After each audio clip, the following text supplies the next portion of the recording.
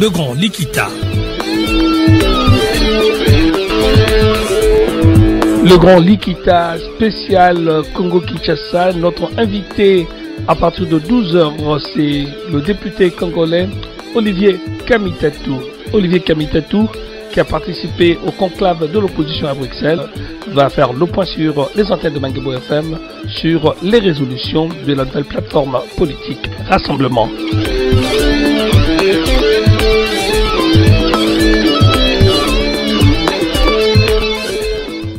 Mesdames et messieurs, bonjour, merci d'être avec nous sur Manguebo FM, la radio du Sud Seine-et-Marne, la radio de la diversité, le Grand Likita spécial conclave de l'opposition congolaise à Bruxelles, où nous allons retrouver l'honorable Olivier Kamitatou.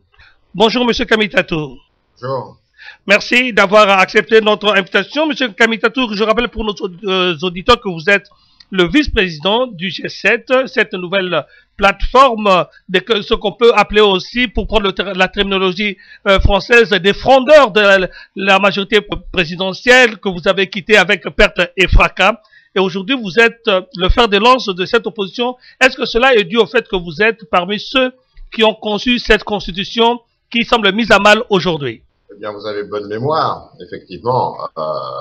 Concevoir une constitution, ça veut dire dresser avec les 500 députés de la transition, nous avons dressé ce qui nous semblait être le socle d'un État moderne, d'une nation forte et puissante.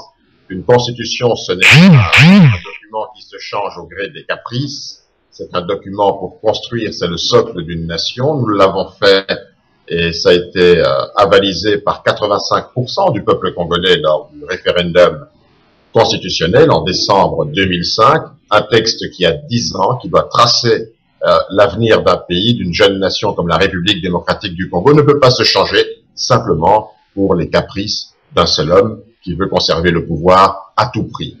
Ce qui a le supérieur, et nous l'avons rappelé lors de la conférence de Bruxelles à Genval, c'est notre attachement indéfectible à ce texte. C'est une œuvre humaine, elle peut être améliorée cette œuvre, mais dès lors que 85% du peuple congolais, des femmes, des hommes, des jeunes ont accepté ce texte parce qu'il est le synonyme, c'est le fondement de la paix. C'est le plus grand compromis qu'on ait pu trouver pour mettre fin au conflit, parce qu'il a été accepté par 85% des Congolais, eh bien, nous ne pouvons pas sacrifier ce compromis simplement parce qu'un homme veut conserver le pouvoir.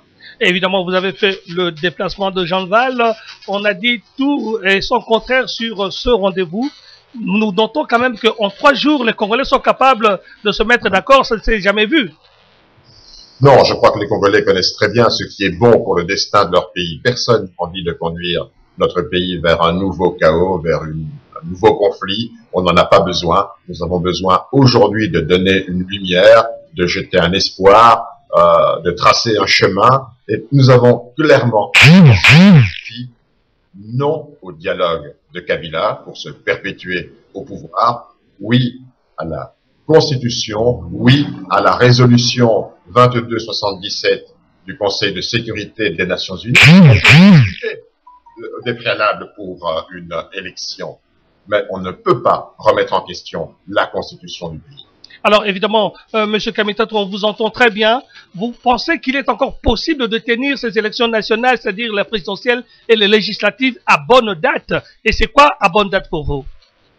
D'abord, toutes les tentatives du président Kabila et de ses partisans de saboter le processus électoral, ils portent une responsabilité énorme dans les retards qui ont été pris pour le processus électoral. Mais aujourd'hui, s'il y a une volonté politique, les élections doivent être convoquées, le corps électoral, le 19 septembre prochain par la CENI. Nous devons enrôler les gens. La question de laisser plusieurs millions de nos compatriotes ne pas s'exprimer sur une question aussi essentielle, mais l'enrôlement n'est pas obligatoire. Ça veut dire que nous devons fixer, donner les moyens à tout le monde d'aller chercher sa carte d'électeur. Une fois que les kits seront distribués à travers tout le pays, une période de temps bien précise pour que ces élections soient faites et que les jeunes gens puissent s'enrôler. Ils auront 60 jours, 90 jours pour aller chercher leur carte d'électeur. Ce n'est pas un recensement. Nous ne voulons pas un recensement de toute la population. Ça, c'est le piège dans lequel nous avons failli tomber. Au mois de janvier, oui. Nous ne voulons pas ça. Nous voulons simplement que les kits soient bien répartis dans tout le pays, qu'une période de temps soit donnée pour que ceux qui veulent aller voter puissent aller chercher leur carte d'électeur et que très rapidement les élections aient lieu. Excusez-moi, M. Kamutatou, vous convenez que même si vous ne voulez pas d'un dialogue, mais il faudrait une sorte de dialogue, quelle que soit la forme, pour arriver quand même à dégager un modus vivendi entre vous et la plateforme de M. Kabila. Il y a deux conceptions de la discussion, des négociations, table ronde. Vous parlez dialogue parce qu'il y a là un amalgame. Joseph Kabila et ses partisans ont voulu mettre le dialogue en avant pour se perpétuer au pouvoir, pour arriver à une espèce de compromis, suspendre la Constitution, trouver les voies et moyens d'aller au-delà, briguer un troisième mandat. D'ailleurs, l'ambassadeur Mova, secrétaire général du PPRD, ne s'en cache pas. Dans des meetings publics, il dit qu'il n'y aura pas d'élection, ni demain, ni après-demain, ni jamais. Et le dialogue n'est qu'un prétexte pour donner les contours d'une espèce de légitimité boiteuse en réunissant un peu tout le monde, de briques et de brocs, essayer de trouver une solution qui les raccommode pour aller très loin dans la violation de ce que nous voulons, le principe d'alternance. Il y a maintenant le dialogue versus version 2277. Nous avons une constitution. La constitution prescrit des délais pour organiser les élections. Le mandat du président de la République est de 5 ans, renouvelable une seule fois au terme de notre constitution. Voilà les vrais éléments d'une discussion sur lesquels maintenant nous sommes d'accord de dire, eh bien, organisons ces élections pour que ce dialogue aboutisse au départ du président Kabila le 19 décembre prochain, de bonnes conditions d'élections crédibles, démocratiques et apaisées. Nous ne voulons plus retourner dans un conflit. Nous ne voulons pas une guerre civile. Je peux en parler, j'étais partie prenante à une des grandes rébellions du pays. Nous ne voulons plus reprendre les armes. Nous voulons que le processus démocratique aille à son terme et nous voulons, en respectant la Constitution, par notre discussion, par nos débats avec la majorité, on organise le départ de M. Joseph Kabila le 19 décembre dans de bonnes conditions. En tout cas, M. Kamutatou, avant de vous libérer, je sais que vous êtes attendu un peu partout. Le rassemblement, cette configuration de l'union sacrée de toute l'opposition n'est pas encore complète. Sous quelle forme va-t-elle fonctionner à Kinshasa? L'opposition n'a jamais réussi à se doter d'un porte-parole au Parlement. Et il faudrait quand même trouver un lieu d'expression pour que votre place soit légitime. Écoutez, la légitimité, bon, vous parlez de l'union sacrée, vous avez des références que la grande partie des jeunes gens ne connaissent pas. Ce qui s'est passé à Genval est extrêmement important dans le rassemblement. Ça veut dire que tout le monde, les ambitions personnelles, ont cédé le pas à l'intérêt supérieur du pays. Je sais qu'il y a des ambitions, il y a toujours des ambitions en politique. C'est même ça le cœur de l'action politique. C'est une ambition forte pour transformer, changer la société autour d'individus. Mais quand on cède le pas, il faut que l'intérêt supérieur du pays gagne par rapport aux ambitions personnelles des individus. Nous avons tous choisi Étienne Tshisekedi comme doyen, parce qu'il représente, il incarne un combat pour la démocratie. Nous avons fait fi des autres considérations. Alors, nous allons de l'avant, ça veut dire qu'il y a un changement de mentalité au sein de l'opposition. Il y a l'intérêt supérieur de la nation qui prime, il y a maintenant l'urgence d'un peuple qu'il faut sauver, parce qu'il y a au-delà de la politique une crise sociale terrible qui va secouer la République démocratique du Congo. Il y a peut-être un chaos qui va peut-être être beaucoup plus contagieux que ce que nous vivons aujourd'hui à Béni. Il y a la fermeture de l'espace démocratique. Il y a les prisonniers d'opinion, les jeunes gens de Lucha, de Filimbi qui sont arrêtés, les prisonniers politiques qui sont arrêtés, les médias qui sont confisqués. Nous devons absolument réouvrir tout cela, revenir sur les rails du processus démocratique et des élections. Et pour cela, je crois que nous avons fait fi de nos intérêts personnels, de nos ambitions personnelles, parce qu'il est temps aujourd'hui que nous puissions nous ressaisir. Face à l'AMP, il y a aujourd'hui le rassemblement.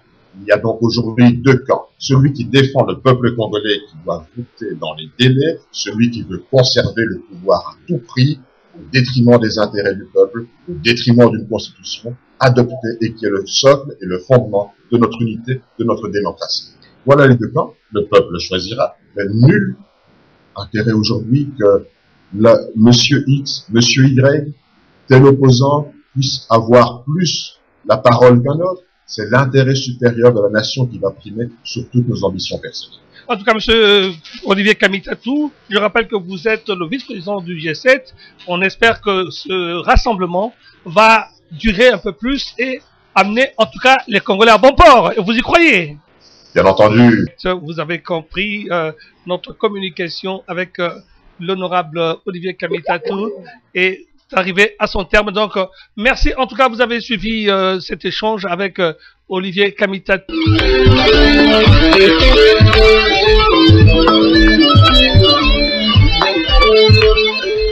Le grand liquidage spécial conclave de l'opposition congolaise à Bruxelles. Nous avons en ce moment l'honorable Martin Fayoulou de SID et membre de la dynamique de l'opposition. Bonjour, Monsieur Fayoulou. Bonjour. Merci d'avoir fait le passage par Paris pour partager avec nos auditeurs les premiers éléments qui ressortent de ce séjour de 3 jours, de ce conclave de 3 jours à Bruxelles. D'abord, en arrivant à Bruxelles, vous attendiez-vous à en sortir aussi vite? Mais écoutez, nous sommes allés à Bruxelles avec un mandat de la dynamique de l'opposition pour d'abord rencontrer les organisateurs, discuter avec eux et ensuite faire passer la position du peuple congolais. Et c'est ce que nous avons fait. Nous avons discuté et comme on dit en français, tout est bien qui finit bien. Et aujourd'hui, la position de ce peuple congolais a triomphé et nous en sommes très contents. Les violences se sont accordées. Comment cette nouvelle plateforme rassemblement, je crois que c'est le mot que vous avez trouvé, va pouvoir faire passer ces résolutions? Parce qu'il faut rappeler à nos auditeurs, c'est quoi les grandes résolutions de ces 3 jours de conclave à Jean-Val?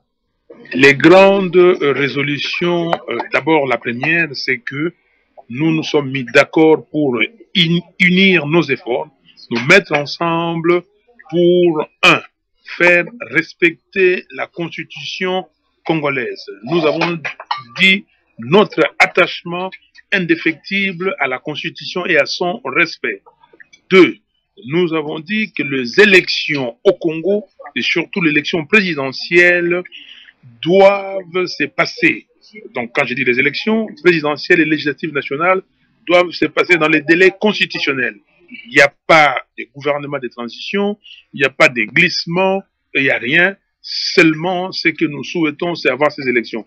Troisièmement, nous avons dit non au dialogue convoqué par l'ordonnance du 28 novembre 2015 de M. Kabila. Et ça doit être entendu que le dialogue de Kabila, nous avons dit niet. 4, nous avons dit il faut simplement faire la mise en œuvre, de la résolution 2277 du Conseil de sécurité des Nations Unies. Et c'est cette résolution qui doit nous permettre de voir, ou les dispositions de cette résolution, comment organiser les élections dans notre pays. Voyez-vous que nous sommes logiques? Nous avons dit en 5e position, il faudrait libérer tous les prisonniers politiques. Nous avons nos frères et sœurs. Nous avons Eugène Diomindongala qui est arrêté. Nous avons Christopher Ngoyi qui est en prison. Nous avons Jean-Claude Mouyamo et tant d'autres, Eric Kunda et les autres, qui sont arrêtés arbitrairement, emprisonnés arbitrairement. Il faut les libérer. Nous avons dit il faut libérer l'espace politique et médiatique, évidemment. Tout à fait, que vous le dites, c'est politique et médiatique. Donc, quand nous faisons une manifestation, nous organisons une manifestation, on ne nous laisse pas faire. Quand les kabylistes les font, ils n'ont aucun problème. Donc, il faut libérer l'espace médiatique, avoir accès ou laisser libre accès à ces médias publics payés par tous les Congolais. Et il faut aussi que les opposants puissent passer dans ces médias. Le média, là, ce n'est pas les médias de Joseph Kabila, ce n'est pas les médias de M. Mende, c'est les médias de tous les Congolais. Donc, voilà tout ce que nous avons dit. Vous allez ajouter les non-dédoublements des partis politiques et nous ne sommes pas d'accord avec certains agissements, notamment de la CNI, certains comportements. Il faut recadrer ces comportements, il faut recadrer, rendre la Cour constitutionnelle réellement indépendante. Donc voilà tout ce que nous avons dit et nous avons conclu en disant... Monsieur Fayulu, pour terminer, je sais que votre temps est compté. Toutes ces résolutions ne peuvent se mettre en œuvre que s'il y a un échange. Vous refusez le terme dialogue de M. Kabila. Alors, sous quelle forme allez-vous échanger avec la majorité présidentielle? Si vous refusez le dialogue convoqué par M. Kabila, sous quelle forme allez-vous échanger avec sa plateforme politique? Mais nous l'avons dit à Genval, à Bruxelles. Nous avons dit que nous demandons à la communauté internationale, dans le cadre de cette résolution 2277, de voir comment est-ce qu'ils peuvent approcher les deux partis, parce que nous sommes deux partis, en vue de mettre en œuvre cette résolution pour l'organisation des élections. Monsieur, de ce côté-là, qu'est-ce que vous avez? Qu'est-ce que vous pensez qu'on doit faire pour organiser les élections? Donc, Monsieur, Edem Kodjo hors jeu, tout ce qui a été commencé avec Kodjo doit être mis hors jeu. Tout ce qui a été commencé avec Kodjo, comme vous le dites, donc je vous cite, oui, hors jeu. Et c'est comme ça que nous avons proposé les panels. Rappelez-vous, donc, quand on parle de la mise en œuvre de la résolution 2277 du Conseil de sécurité des Nations Unies, c'est les panels. Donc, avec ces panels-là, comme quand les Congolais étaient à Sun City avec un panel. Un panel où on rapproche le point de convergence et on regarde les divergences. On essaye de laguer le plus possible les divergences et nous voyons comment organiser les élections. C'est-à-dire, on va parler de quoi? On va parler du calendrier électoral. On va parler du respect de la Constitution. Comment enrôler tous les électeurs congolais? Comment le faire? Comment faire participer la diaspora à ces élections? Comment dépouiller, comment dire, le bulletin de vote? Comment publier les résultats? C'est des choses pratiques qui concernent les élections. On ne va pas aller là-bas dire comment partager le pouvoir. Ça, non. Et nous avons dit non. M. Kabila l'a fait dans ses concertations nationales. Il n'a jamais réussi. Et aujourd'hui, ce que nous voulons, c'est aider notre peuple qui a tant souffert. Il y a des massacres à Béni. Je ne sais pas si tout le monde comprend comment nous souffrons au Congo. C'est vrai, j'ai entendu certains compatriotes de la diaspora parler. Je suis totalement d'accord avec eux. Le Congo n'appartient pas à un individu. Mais le Congo appartient à nous tous. Et nous tous, nous devons faire en sorte pour trouver des solutions idoines pour amener ces pays à la paix.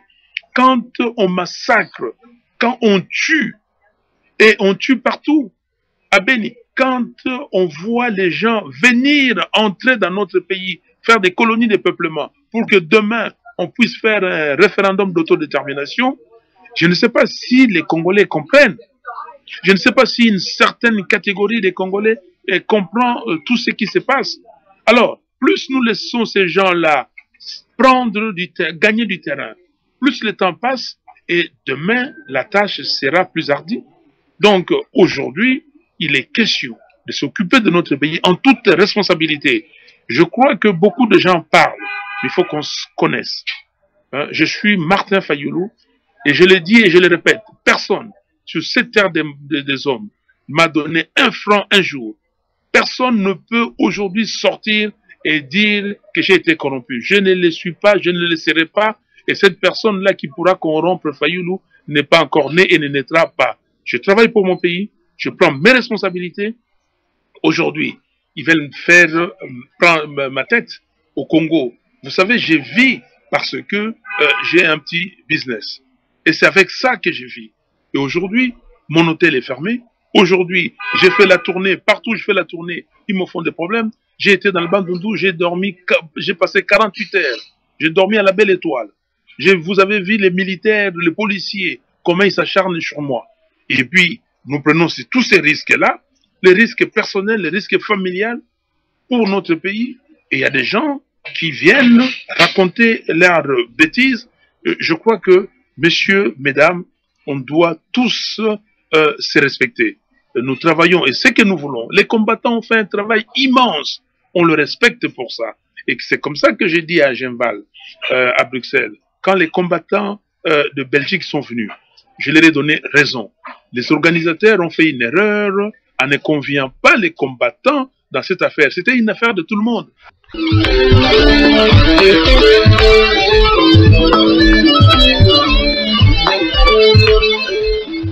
Norbert Mboupoutou, notre analyste politique, nous allons revenir un peu sur ce qui s'est passé à Genval pour vous en donner une lecture plus complète. Norbert Mboupoutou, d'abord, cette réunion, ce conclave de Bruxelles annoncé sur 3 jours aura tenu ses promesses, même si tout s'est accéléré dans la dernière ligne droite. Oui, il faut dire que pour quiconque connaît un peu la façon de faire congolaise, on était un peu sur un pied dedans, un pied dehors. Lorsqu'on a entendu annoncer ce conclave 48 heures seulement auparavant, tout le monde s'est dit, bon, voilà encore du bric-à-brac qu'on va vivre. Et surtout que ça donnait l'impression que Etienne Tshisekedi et l'UDPS ont géré la chose comme dans une sacristie. Il n'y a qu'à l'entrée. L'effet de surprise, vous voulez dire? Vraiment, c'était une surprise. C'est à l'entrée du prêtre qu'on a entendu la sonnette. Alors là, tout le monde se demandait à quelle messe est-ce qu'on allait vivre. Mais là, il faut dire sincèrement, et là, je prends des avis de certains journalistes étrangers qui étaient dans la salle et qui ont assisté pendant ces 3 jours. Ça faisait congolais, mais ça ne faisait pas trop congolais. Mais dire que ça ne faisait pas trop congolais, c'est vraiment ne pas connaître aussi le congolais. Parce que, rappelez-vous, Joseph, au cours de la semaine, non pas seulement qu'on a vécu le professeur Mokonda qui a montré que des Congolais, on n'avait pas que les Papa Wemba qu'on venait de pleurer, mais qu'on avait aussi des gens qui avaient les têtes au-dessus des épaules. Et on a senti effectivement que il n'est pas venu faire du fanfaronnage, il est venu montrer qu'il connaissait sa matière. Et vraiment, s'il y avait une feuille de route que le gouvernement aurait pu adopter, c'est la feuille de route proposée par le professeur. Donc, dans le Congo, comme on dit, dans le Congo de 450 tribus, dans le Congo de 80 millions d'habitants, dans le Congo de 2 345 000 km², il y a de tout et de rien. Et là, Tshisekedi et l'UDPS nous ont offert effectivement l'autre part du Congo qu'on avait oublié qu'il existait. Alors, Norbert Mboupoutou, est-ce qu'on peut imaginer que Genval soit le point de départ, peut-être le point où les Congolais ont retrouvé le feu sacré peut-être que les pères de l'indépendance ont su allumer avec leur front commun à la table ronde de Bruxelles? Oui, il faut dire que la symbolique était tout à fait à la place. Et moi, j'ai écrit sur Facebook depuis le premier jour que non pas seulement la symbolique elle-même de la table ronde de 20 février, 20 mars 1960 ayant conduit à l'indépendance qui a eu lieu à Bruxelles, mais comme la table ronde de 60, ça a donné l'impression que ce conclave s'est fait de la même façon. Parce que, rappelez-vous, on a eu les événements du 4 janvier 59, où les Congolais, on s'attendait tous des Congolais, sauf que les Congolais puissent un jour se rebeller contre l'ordre établi par la Belgique. Et là, tout le monde s'était mal réveillé.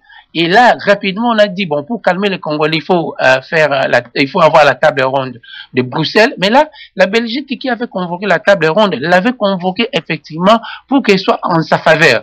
Donc, on a rassemblé les délégués rapidement.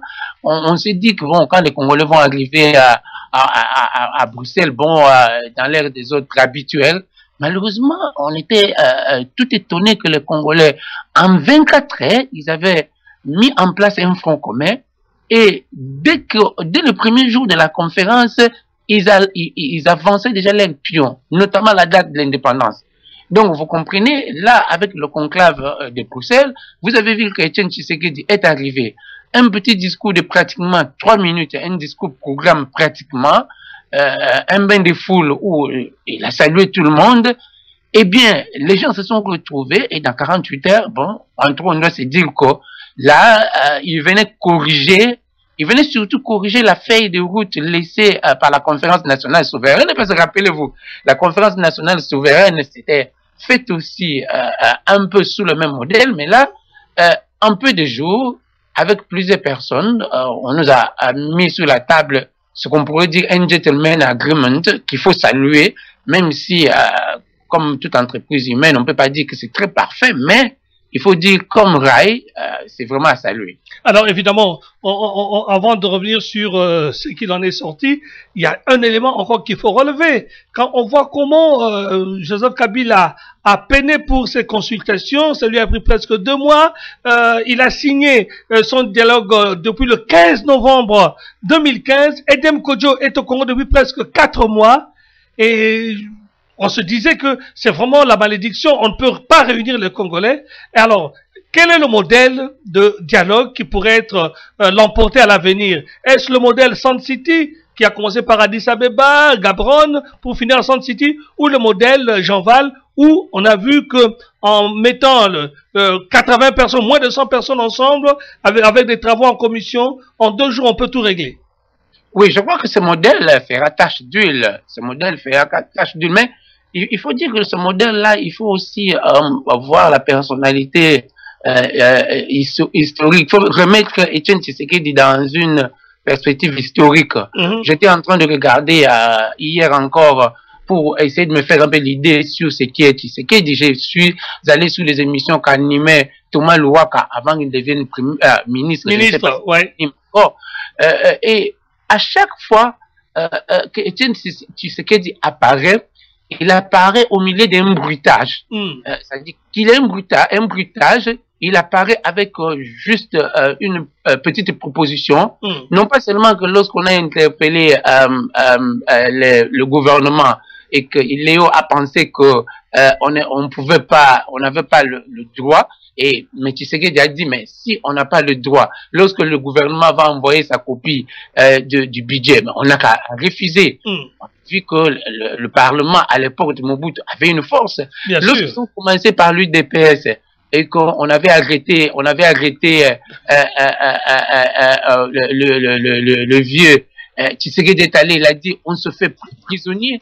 Les autres avaient refusé, mais dès que s'était fait prisonnier, on avait vu que l'UDPS avait eu un autre punch, et quand ils étaient dans cette prison entre guillemets et que Mobutu leur avait offert à manger, Kapit a dit que tout le monde avait refusé à manger, mais dès que Tshisekedi s'est mis à manger, tout le monde a eu confiance. Donc je crois que pendant la conférence nationale aussi, il est toujours resté calme, il ne parlait pas. Mais quand il est sorti, vous imaginez, avant l'élection du Premier ministre, quand on demandait en quoi est-ce qu'il résumait son action comme Premier ministre, c'est lui qui a prononcé pour la première fois le mot changement. Et on sait que depuis lors, ce mot adopté par Barack Obama et adopté par tout le monde. Même François Hollande. Oui, François Hollande, donc il était le tout premier qui est venu avec ça. Là encore, c'est comme s'il a laissé d'abord tout le monde s'embrouiller ou tout le monde brouiller. Et à la fin, il a mené sa petite carte, et là, je crois que sa petite carte a reçu. Évidemment, Jean Val va prendre date dans l'histoire du Congo, un peu comme la table ronde a pris date. Mais ici, ils sont sortis avec un mot, le rassemblement. Un rassemblement dans lequel ne figure pas évidemment le MLC ou peut-être l'UNC, même si certaines personnes qui ne partagent plus l'approche de Kamere étaient présents en tant qu'individuellement. Est-ce que on pourrait revenir en arrière? Est-ce que le MLC pourrait faire à toute l'opposition marche arrière avec ce rassemblement derrière le sage de Tshisekedi?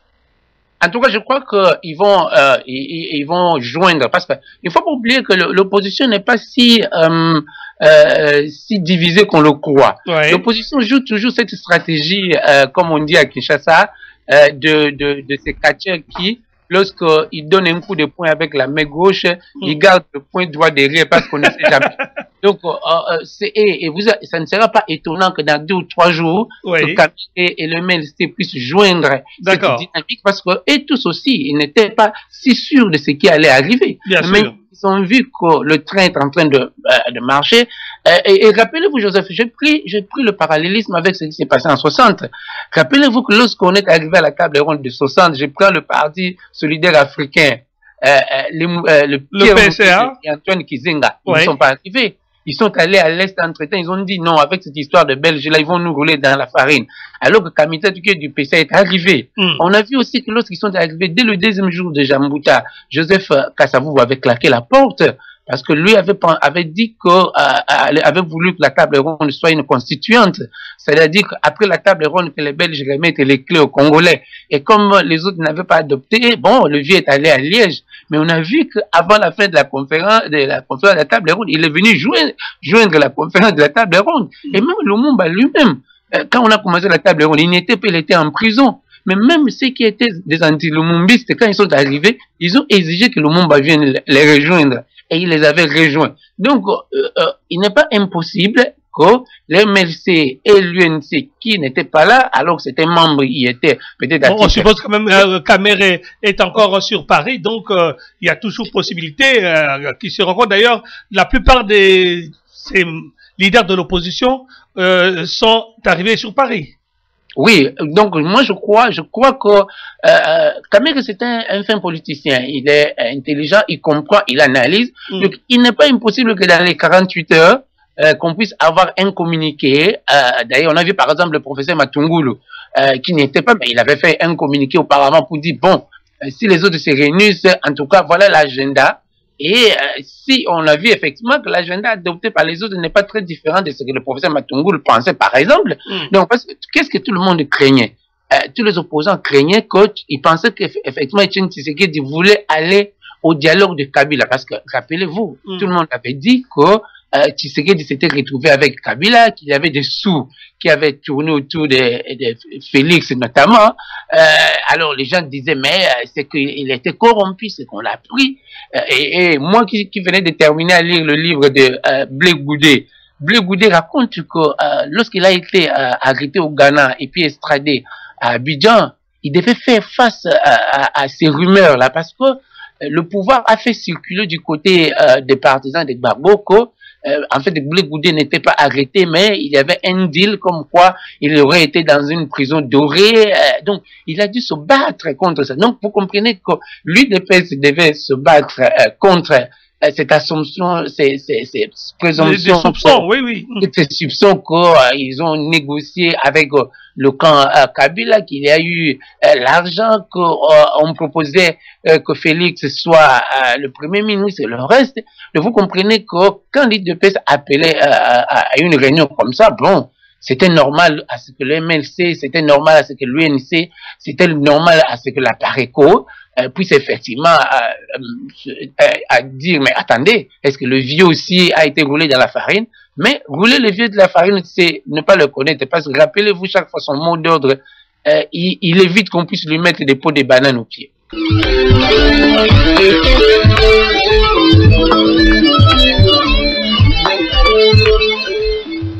Voilà, évidemment. Donc, on rappelle la réunion de Bruxelles, c'était du 7 au 9 juin. Ça s'est passé du côté de Jeanval, le château de Jeanval.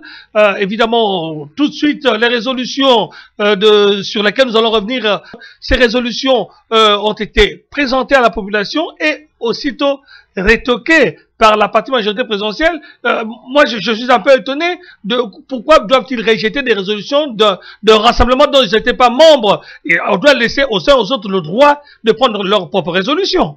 Non, il faut ajouter, la vérité, c'est que la majorité présidentielle pensait à tout, sauf à ce qu'il puisse avoir cette unité de l'opposition autour de Etienne Tshisekedi et avec un agenda un peu de points.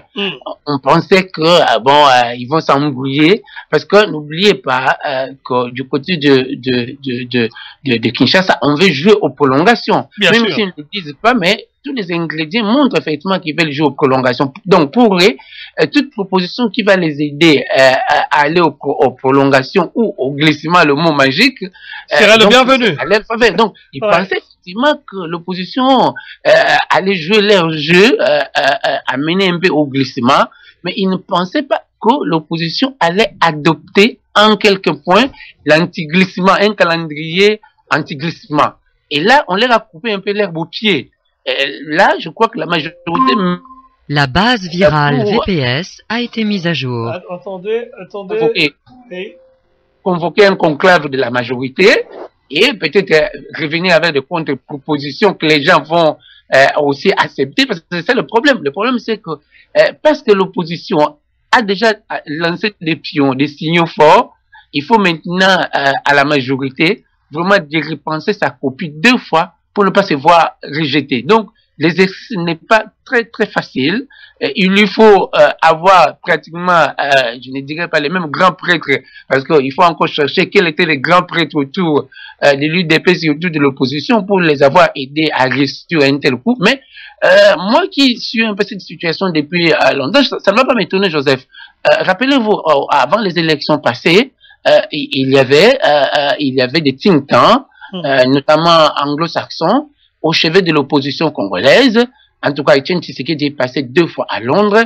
En tout cas, ils ont vu, ces think tanks ont vu Vital Kamerhe, ils ont vu à l'époque Léon Kengwa-Dondo et d'autres pour leur demander de faire un front commun. Front commun, le mot qui a été d'abord, c'est un front commun qui avait été adopté à l'indépendance d'ailleurs, de faire un front commun autour de Tshisekedi et alors, ça, ils vont devenir une force. Malheureusement, ça n'avait pas reçu.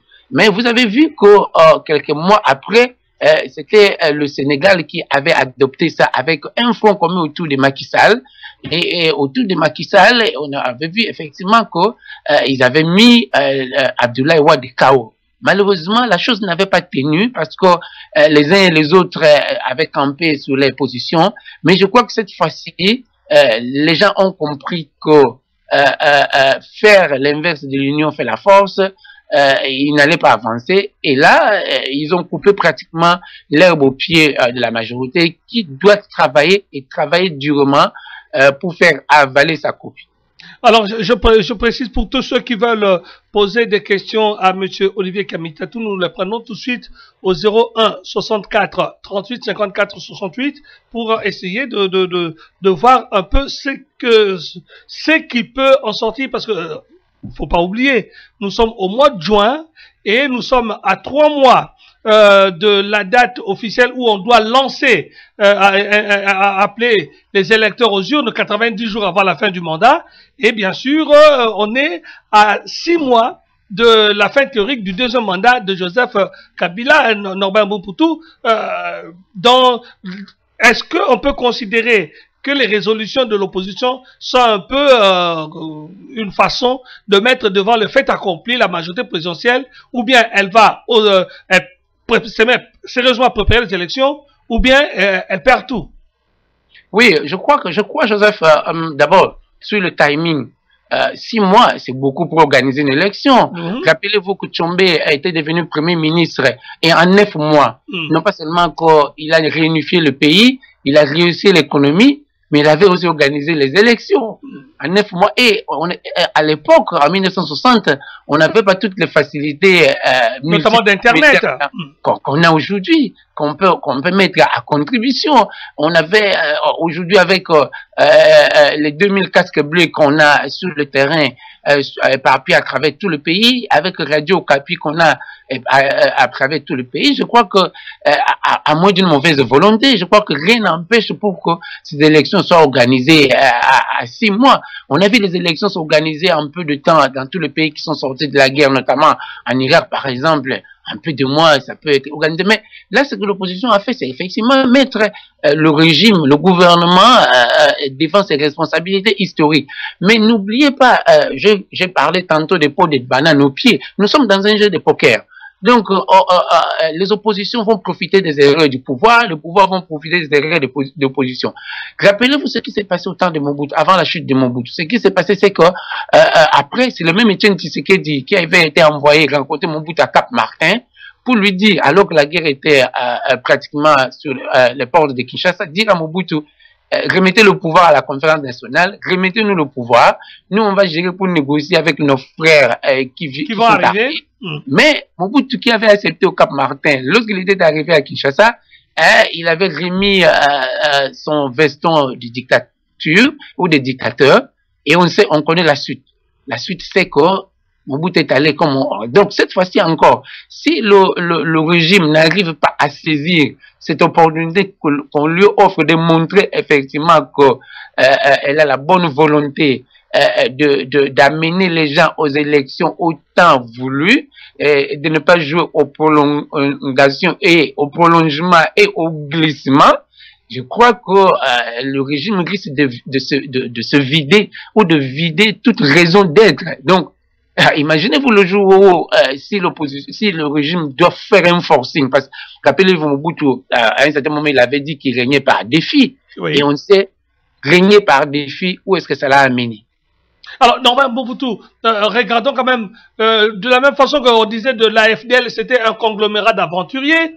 Qu'est-ce qu'on peut dire du rassemblement de cette opposition qui sort de Jean Val? N'est-il pas aussi un modèle de conglomérat quand on regarde le parcours de ces leaders, que ce soit le Kamitatou, que ce soit tous ceux qui sont partis de la majorité de Kabila de l'OG7 pour aller vers l'opposition, des gens qui ont travaillé avec Kabila et qui aujourd'hui sont dans l'opposition sans passer par la case transition pour se remettre entre guillemets une certaine virginité.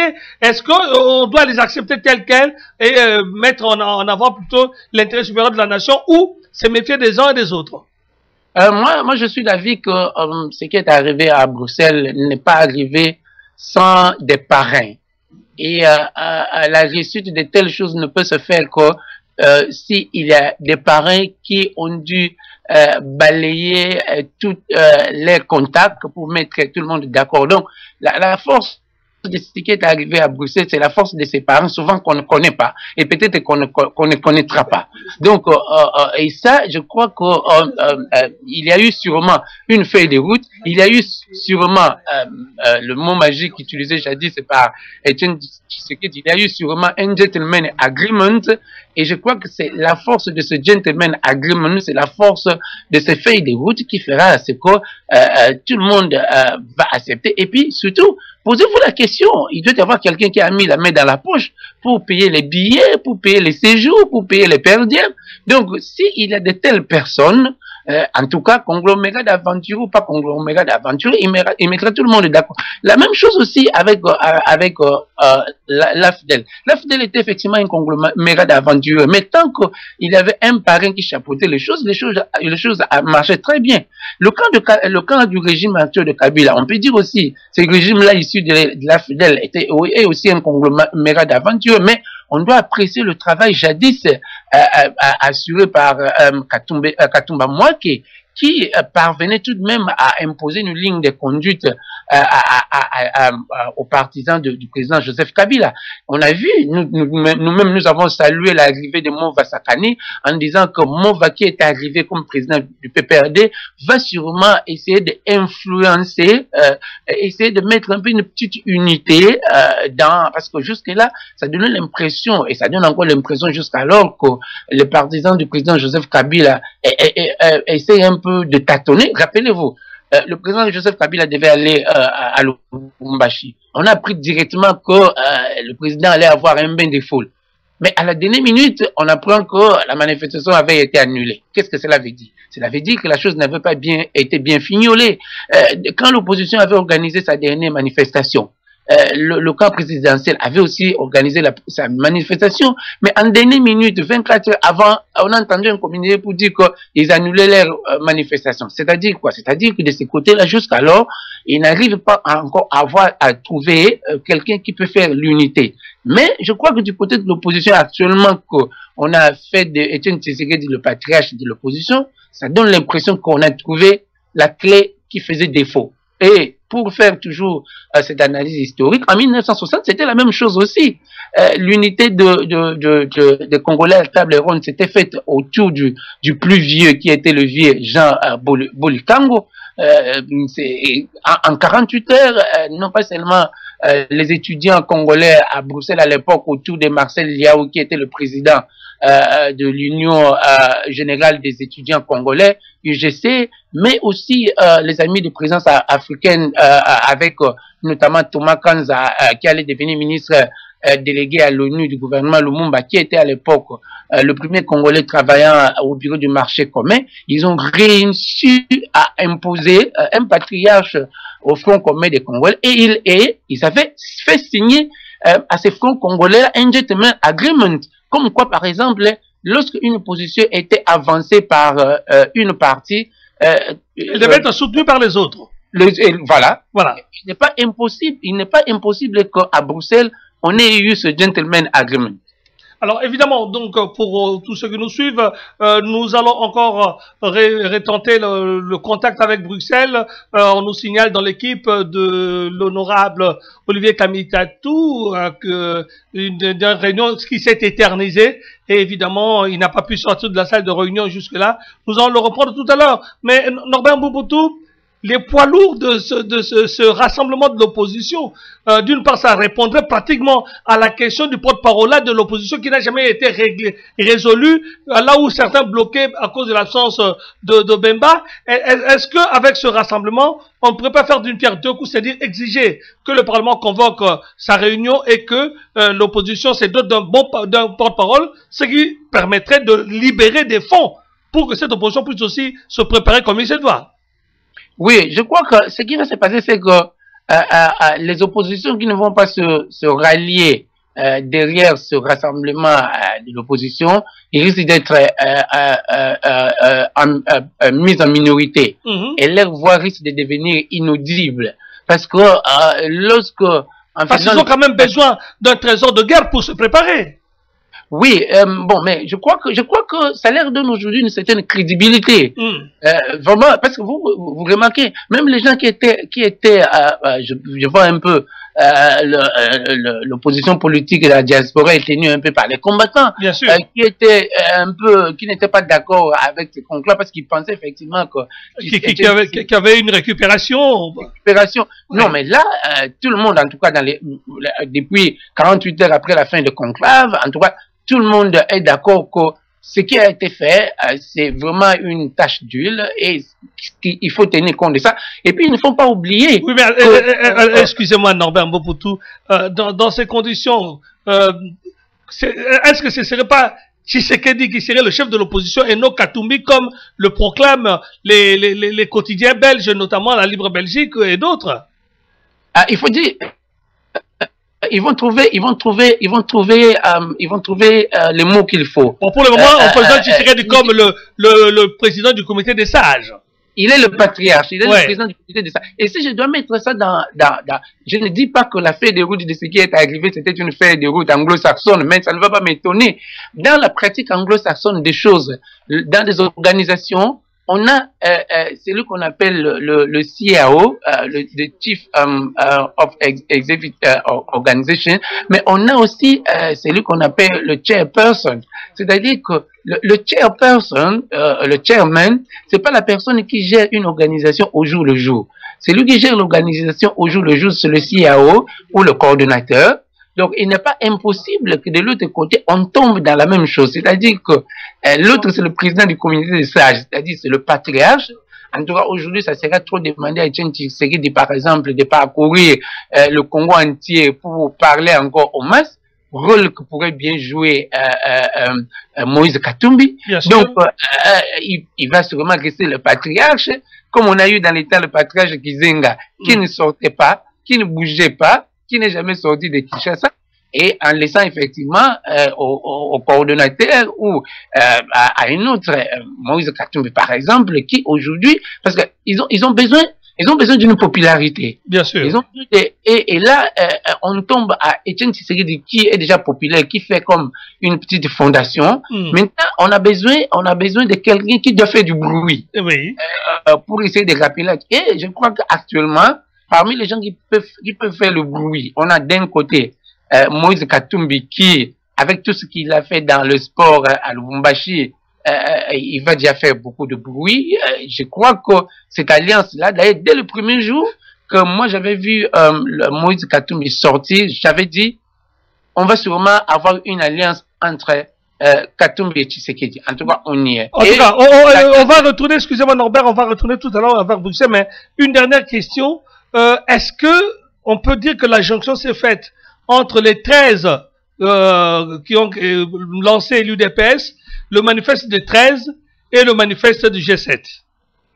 Oui, en tout cas, vous avez ajouté le mot, c'est le manifeste. Oui. Mais quand vous parlez du manifeste, Joseph, il ne faut pas oublier que le premier manifeste... Celui de 56, oui. C'était en 56, c'était le manifeste de la conscience africaine. Oui.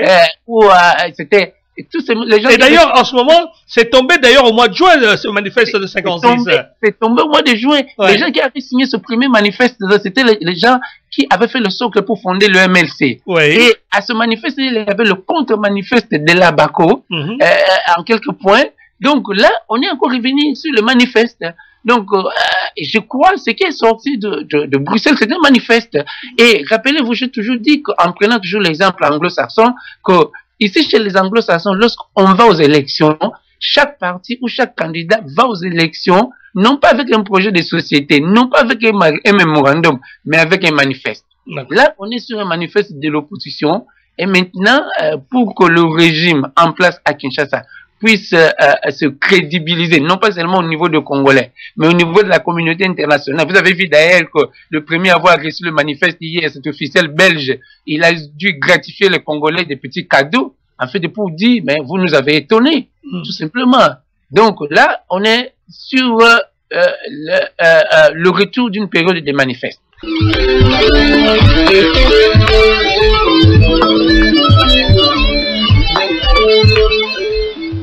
Le grand Likita spécial conclave de l'opposition congolaise à Bruxelles. On va évidemment voir les chances d'aller plus loin pour cette opposition qui doit de toute façon échanger, comme l'a dit M. Kamitatou, M. Fayoulou, de l'opposition congolaise, parce qu'il y a des préalables, notamment la libération des prisonniers politiques et la libération de l'espace politique et médiatique au Congo-Kinshasa. C'était le grand Likita. Merci de nous avoir suivis. C'était Joseph Pouloulou sur Mangembo FM.